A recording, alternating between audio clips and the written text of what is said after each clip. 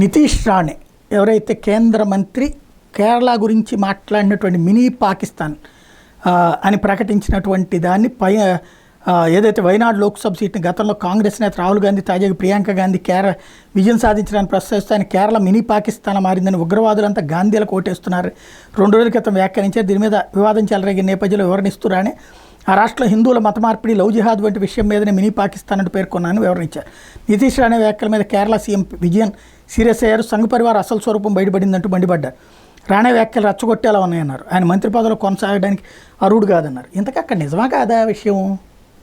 వైనాడులో ఎవరు ఓట్లేస్తున్నారు? ముస్లిం సామాజిక వర్గం అక్కడ డామినేషన్ రోల్ పోషిస్తుందా లేదా? ఇది నెంబర్ 1. రెండవది, ఏకంగా అక్కడ ఖలీఫా రాజ్యం అని చెప్పేసి పెరేడ్ కూడా చేసిన మాట వాస్తవమా కాదా? అక్కడ జరుగుతున్నది ఓపెన్ అయినప్పుడు మొన్ననే ఎలక్షన్స్ అప్పుడు అదే విషయాన్ని కమ్యూనిస్టులకు సంబంధించిన నాయకులే కదా చెప్పింది ఇట్లా తయారైపోతుంది అనేది.